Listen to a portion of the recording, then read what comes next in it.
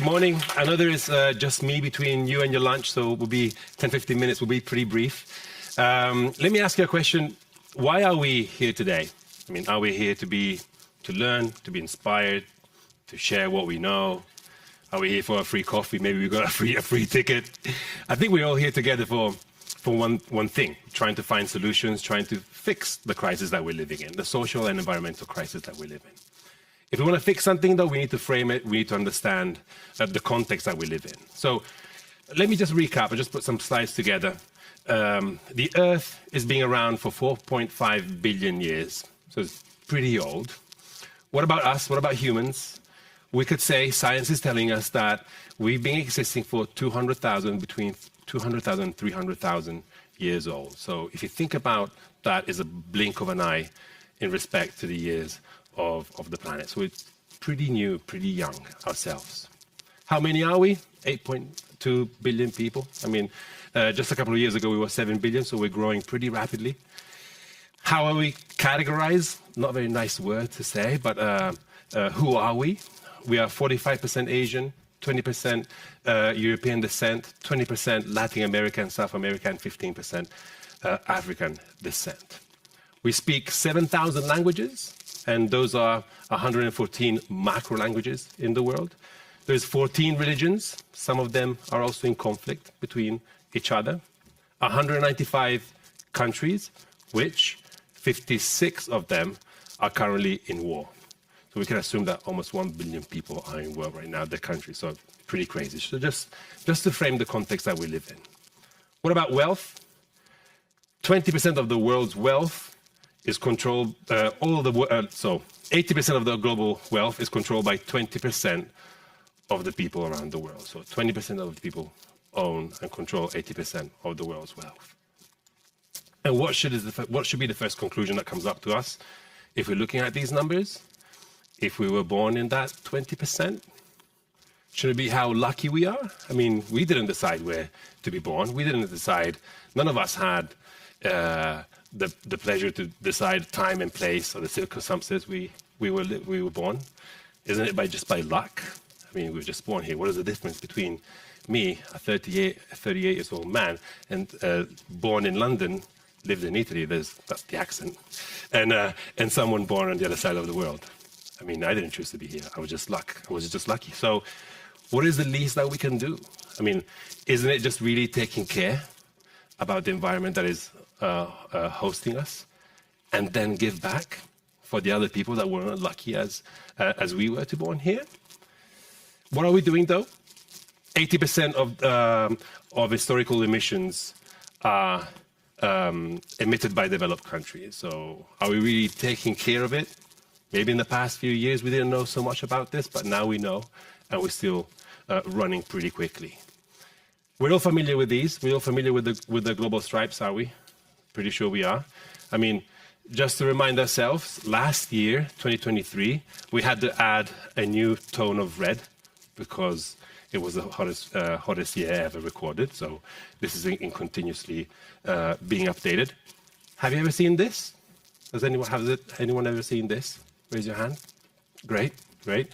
This is the loss in biodiversity. These are the global biostripes. Loss in biodiversity from 1970 till today. We lost 69% of global biodiversity so far. So we're not really doing that well. And what are we doing? Taking the resources, digging them up, stuffing them back down, burning them, and this is creating all sorts of inequalities all across the globe. And we just think, it looks like we're not really caring. And I've been thinking about something. I've been lucky to move around conferences and to listen to conferences to the last years, that we might have reached the limit of external solutions to solve global problems. Think about this. I've been around for a couple of years now. I haven't seen anything groundbreaking that is really changing things. I mean, it's been a few years that we've been listening to the same ideas, slightly optimized. Yes, we have AI. Yes, we had blockchain in the past. Not how much has changed. And I think that we cannot reach outside goals if we don't start to work on inner goals, on ourselves first. I mean, let's ask ourselves, what are we doing really personally about it? I mean, am I going to wait for the mayor of my city? Am I going to wait for my the government? Am I going to wait for my boss to take action? Are we going to put responsibility on somewhere else? Or should we do it first? That's a big dilemma. And there's another big dilemma. Is it systemic change first, or is it individual action first? I'm a strong believer that one is related to the other. There's a big dependency. And I'm a big believer that individual action could put big pressure on systemic change. I mean, if we vote leaders, if we put leaders up there, leaders should do what is in our interest, unless you're Italian, our government really doesn't work that way. But I mean, I'm a strong believer that individual action should be first if you want to see the systemic change that we want to see. Let me ask you something else. Are you feeling a little anxiety? Don't want to picture a doom and gloom scenario, but it might be the first time in history that we think that what's coming next is a worse place than what we're leaving, a worse place than today. Accelerating with global temperature, biodiversity loss, social crisis. It might be the first time ever that we think that this place is going to be worse going forward. It's not really a good scenario, isn't it? Let's look at what people are telling us. Younger generations feel climate anxiety. People between 16 and 25 experience climate anxiety, and that's true. But we have other discording numbers that are telling us that while knowledge is increasing on climate, worry across overall population dropped from 70% to 68%. So the overall population has started to worry a little bit less about climate. Even worse, individuals' empowerment on climate is decreasing. It just decreased from 81% to 76%. This means that we are starting to think that we can't do it. We can't change it anymore. It's too big for us. Are we giving up? I mean, are we just going to let it go? Is it going to go on our watch? Are we just going to sit back and watch it, I don't want to say burn from our couch, but just let it go like that? I don't think so. I mean, science is clear. It's telling us what to do. I mean, that 1.5 degrees, I don't think we're going to stay under that. We're going to go way over that. So we need to ask ourselves, is it a lack of will? Is it people don't have will to change? I don't think so. People have will. Actually, are telling us that 77% of the people want to take action, but they don't know where to start. There's something inside of us, like a inner feeling, like a need to take action, but people find it complicated. Sustainability is still a complex topic, and we fail to see the impact of our actions. What is the difference between taking public transportation and taking a car to get here? Is anything out there telling you exactly? And then we're missing an incentive. We still don't think this is all ours. We're still missing something that really pushes us to take action. Who knows me know that this is the biggest beast that I'm trying to fight. Anyone aware about the intention behavior gap? Great, some of us in the room. Intention behavior gap says, I signal that I want to live sustainably, I want to do good, but my actions don't follow what my true values are. To make it extremely simple, I'm at the grocery, need to buy dinner for tonight, there's a salad there, there's a steak, and I know which has the biggest carbon footprint, and sometimes I still take the steak. Why? Because changing behavior is extremely difficult. I know that the avocado comes from Peru, and I still sometimes buy the avocado. So the intention behavior gap is what we all have. We're all wired like that. I mean, unfortunately, it's just as it is, and it's very difficult to come by. What we're really missing, though, to guide individuals, is something that takes you to point A to point B, to make it really simple, a clear pathway to action. I don't think we're not going to win this if we're going to ask everyone to reduce the carbon footprints by 50%. We don't stand a chance. It's not going to happen. We might win this if, based on the context that you live in, we give you all of the options, and then we say, commit to 2 or 3 of these. Commit to have a vegetarian or vegan meal a couple of times a week. Commit to not fly a couple of months a year. Maybe if that flight could be if you could take a train instead of that plane, maybe within the 4 hours ride, take that plane. Because there's no chance that we're going to do it all at once, all together. And if you think about it, we just need 20% of the people to commit. If we get the 20% of the people to commit on a few of these actions, we might stand a chance.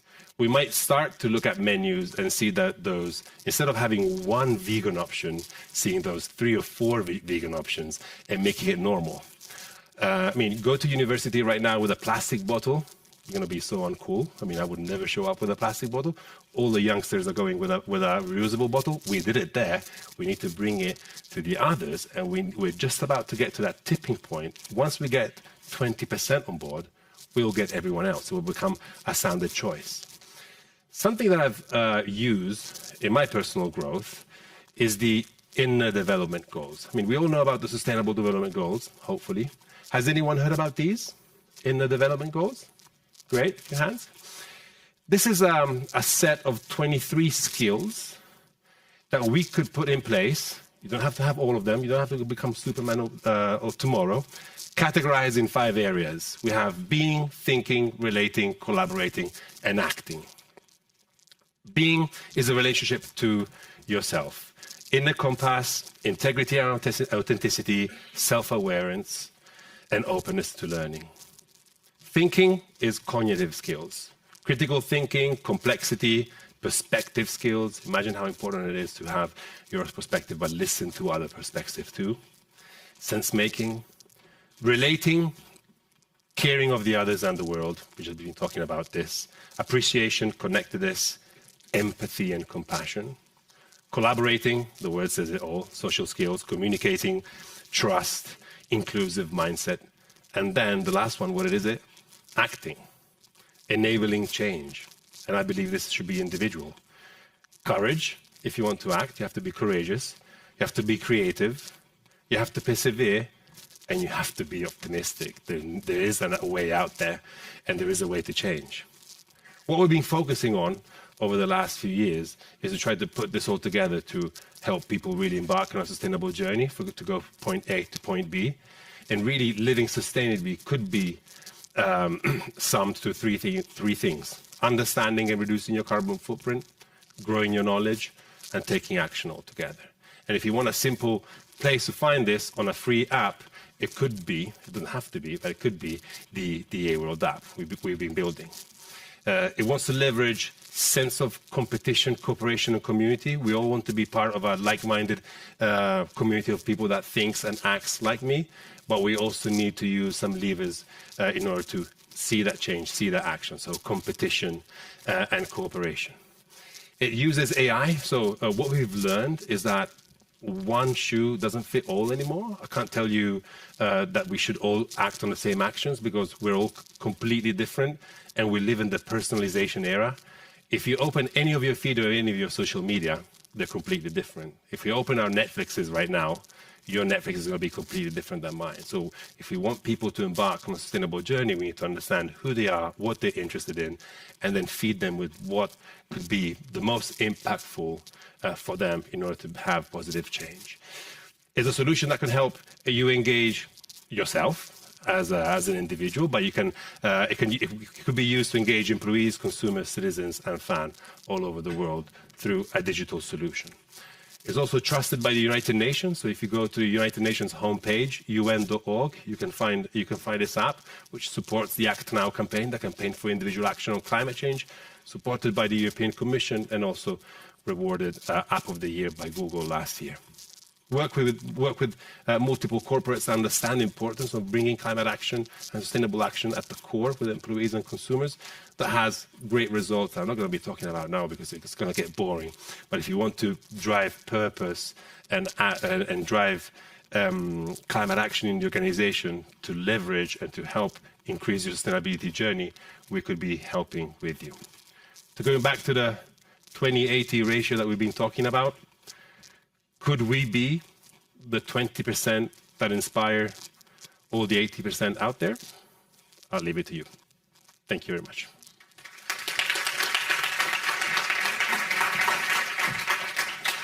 Brilliant. Any questions for Alex? Then hands up, and we'll get a microphone to you. So for the next 5 minutes, whack your hands up, and I'll try and spot you.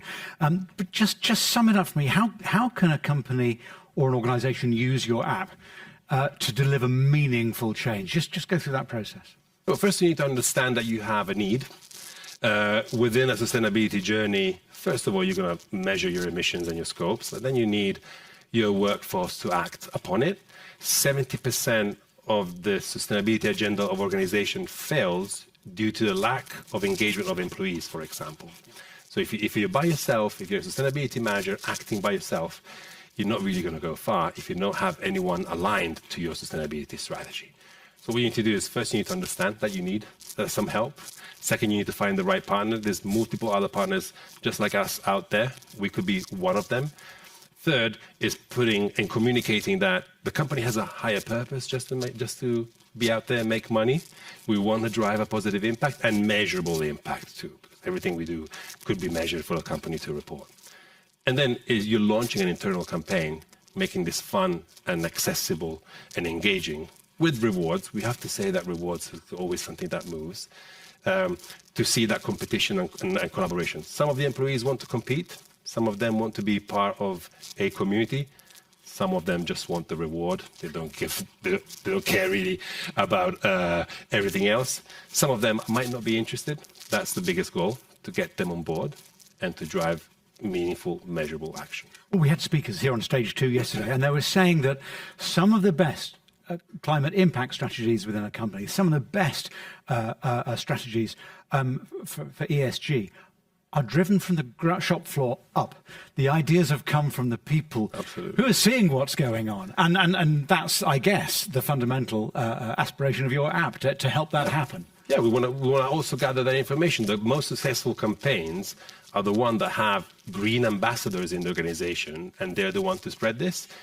You want to change the organization from the inside, and you don't want to wait for the outside to change the organization.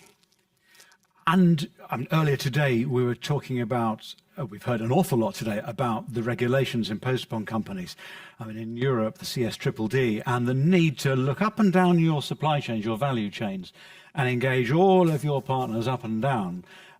Presumably your app helps you do that? Partly. I mean, we are aligned with CSRD. We map everything on the CSRD. We start with the employees, and we're now figuring out a solution to engage consumers, because they're part of a sustainability strategy, and then the supply chain that's going to be coming next. Fantastic. Okay. Well, look, we're out of time. Thank you so much. Let's go to lunch. Thank you so much. It's time for lunch. We're back in half an hour here for the rest of our presentation. So thanks a million. Thank you very much. Alex.